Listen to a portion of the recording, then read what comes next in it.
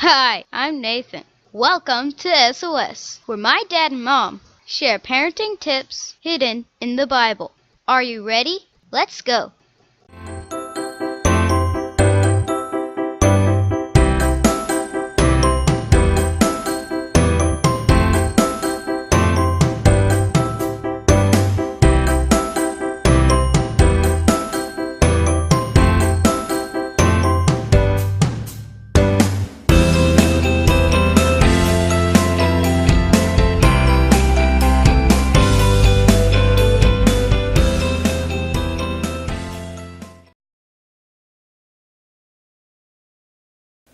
Hello everyone, this is D.L. Dunaville and welcome back to the School of Shalom, the SOS for parents. If you're with us last week, we discussed and learned all about first word, one word obedience.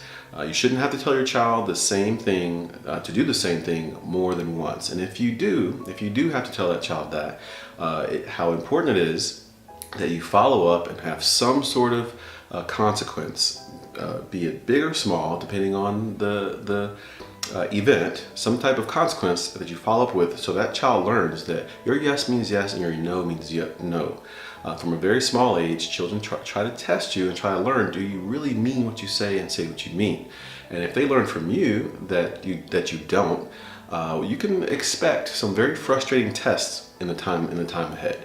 And so you can really nip a lot of things in the bud if you would just stick to your guns and follow through with the things that you've told your children you expect. This now, a lot of you might be saying that, well, that doesn't sound very gracious.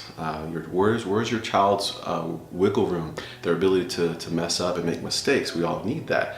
You know, in our faith walks, we can tell that we're definitely not perfect, and so we need some room to err, to go astray. So, for any of you thinking that, for any of you who had those thoughts, I think I thought that in the beginning myself.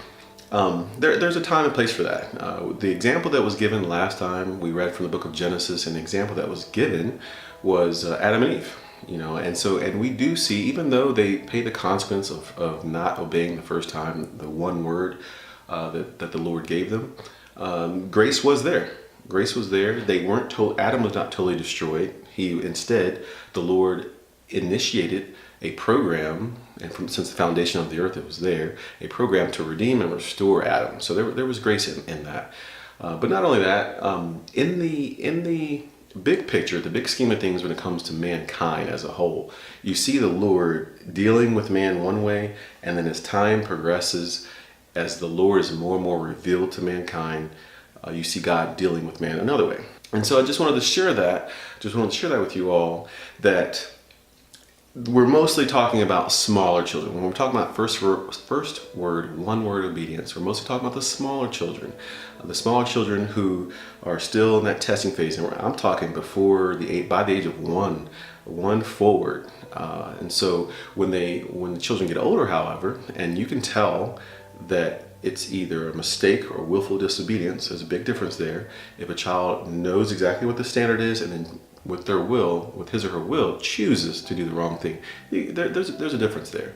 And so we deal a little differently as parents. We're going to deal just like the Lord does. We're going to deal a different way with the smaller ones who are doing their thing and still trying to learn the law of the land, so to speak, versus the older children who, they're mature enough now to where they know. And when we move into that realm, the consequences, what happens as a result of disobedience, be it willful or a simple mistake, goes up a little bit. With all that being said, as far as review from last week, this week what we're going over is the book of Exodus, and the theme for Exodus is attention and devotion. Do you have your child's attention and that child's devotion? When we look at Exodus and what we read, first I wanted to read from Exodus chapter 7, verse 16. And there we read, it says, "And you shall say to him, Yehovah, the God of the Hebrews, has sent me to you, saying, let my people go, so that they may serve me in the wilderness." So we see in the book of Exodus how the father demanded his children be let go away from Egypt so that they could worship him in the wilderness. Now, most of us remember this story as the time that the great I Am freed the Israelites from slavery, never to return to that bondage, and established his covenant with them. And this is true. And we, as parents, can take from this story a lesson in parenting as well, that being, remove the distractions, don't be in competition with television or the latest hobby or whatever's going on. Whatever your children are into, whatever has captivated their hearts and minds, be sure that you take the time out to command their attention when you're parenting. As a mom, I know this can be it can be hard to remember to do this. You're thinking of 1,000 things, and you're not commanding your children's attention when you're wanting them to do things, or when you yourself are busy and distracted. So we want to cultivate in our children the ability to stop what they're doing and give us their full attention and devotion. So let's hear a practical example, a practical tip on how we can better communicate with our children and make sure we have their attention. If you sit your child down and you tell them, okay, Johnny, I want you to make sure you tie your shoes, or I don't want you to touch this object over here, this hot stove or this glass or whatever it is, this cell phone, this mobile phone. If you tell that child that, you must first have to ask yourself, did you have that child's attention? So a lot of times parents end up so frustrated, angry, and just losing it and flipping out because they believe they had the parents believe they adequately communicated their expectation to their child. And then all of a sudden this child does not do what the parent expected or the reciprocal. The child does something and the parent just can't believe that this child did that, despite the fact that the parent had made it clear, I don't want you touching this. And so a lot of times there are many frustrations that could have been avoided if the parent had first made sure that this child understood. With as busy as the world is, with as many as far as television and devices and things of that nature, so many children are go, and a lot of times as a parent you don't have your child's full attention. So I spent 15 years as air traffic controller, and one thing we learned was closing the communication loop. We had what was called hear back, read back, hear back. And it's when you talk to a pilot, that pilot repeats back what he or she heard, and then you confirm that is correct. And so you close the communication loop to make sure everybody's on the same page. And in a safety career field, critical safety career field like that, like air traffic control, it's very important. People can die if everyone's not on the same communication page. And so likewise, raising your children is a very important, very, very important endeavor and activity. And so it's not always a life and death situation, such as a swimming pool or crossing a road or not talking to strangers.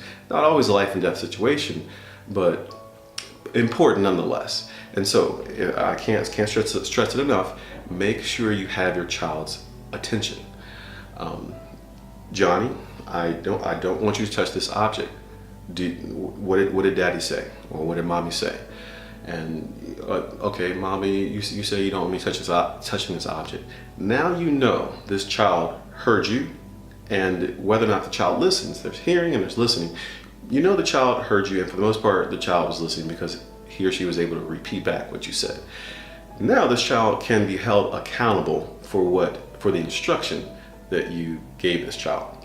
If you haven't done the work, your own due diligence to do those necessary steps, then it's really hard, and I see a lot of parents not following through with discipline.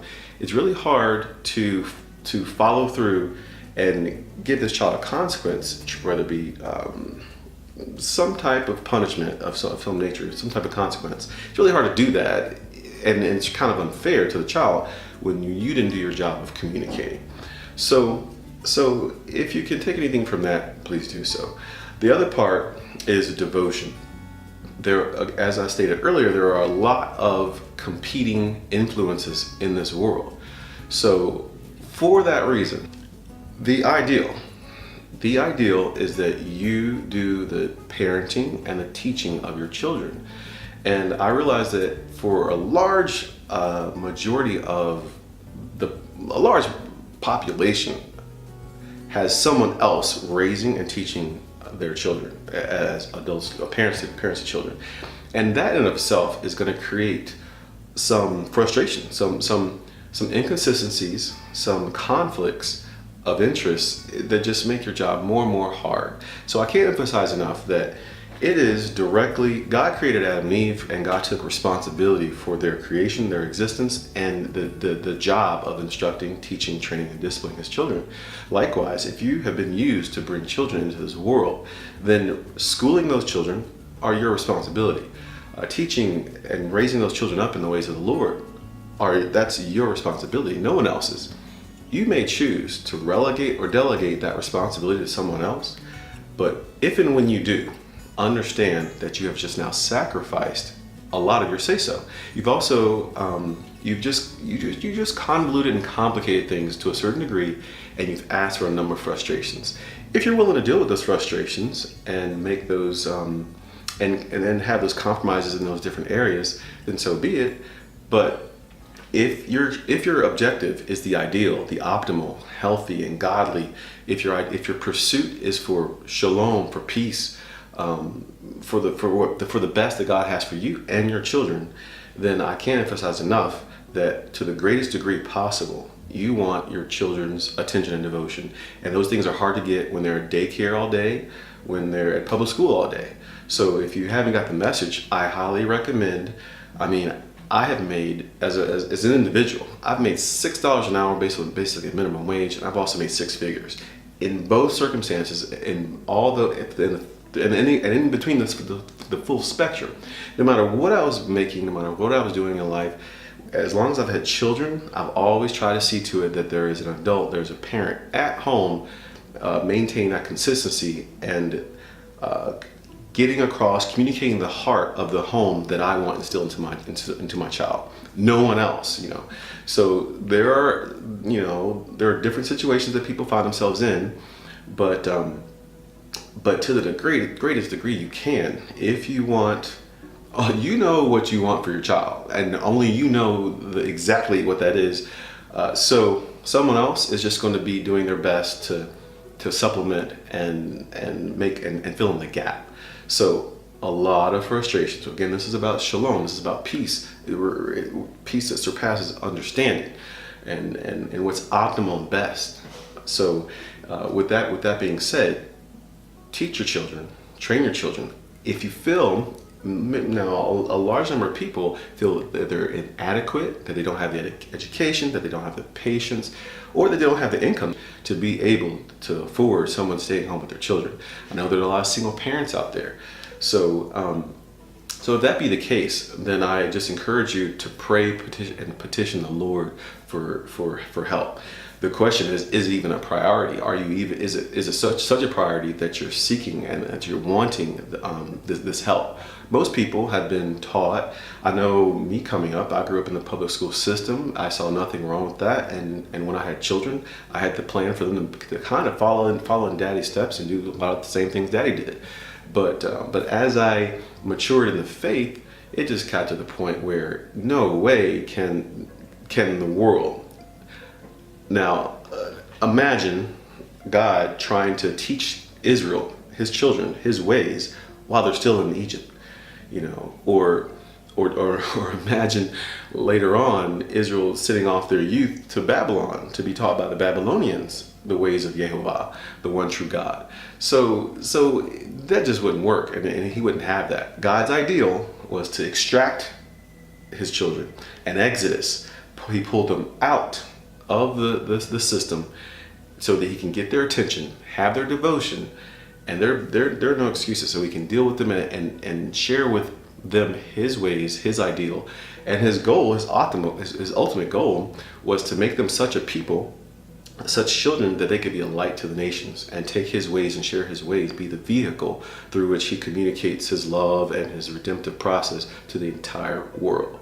So he knew that was not going to happen so long as they stayed up under Pharaoh, stayed up under Egypt, and in that system of things. And matter of fact, we see the children of Israel grumbling and griping because the ways of Egypt, the ways of the world were so ingrained in them that they always had this itch to go back to Egypt and enjoy the spoils of Egypt.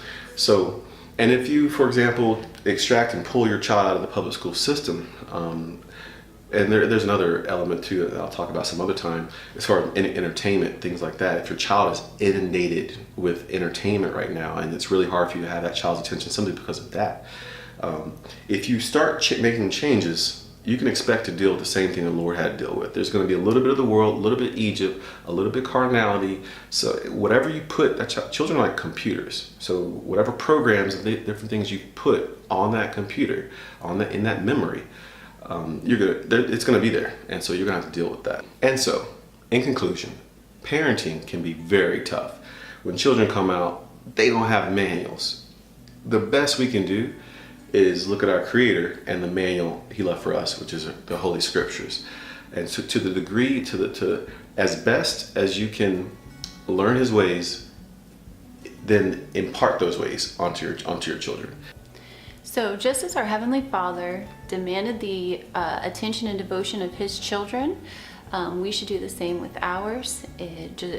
However that looks, let's be prayerful and intentional on what we let in our homes, and how we raise our children, what they spend their time doing, how they're being fed, just like whatever you eat, you are what you eat. You know the saying, you are what you eat. Well, that's the same for your spiritual self as well as your mental self. So what you're allowing your children to put into their minds, their hearts, their spirit, those are things that they will that will manifest in their lives.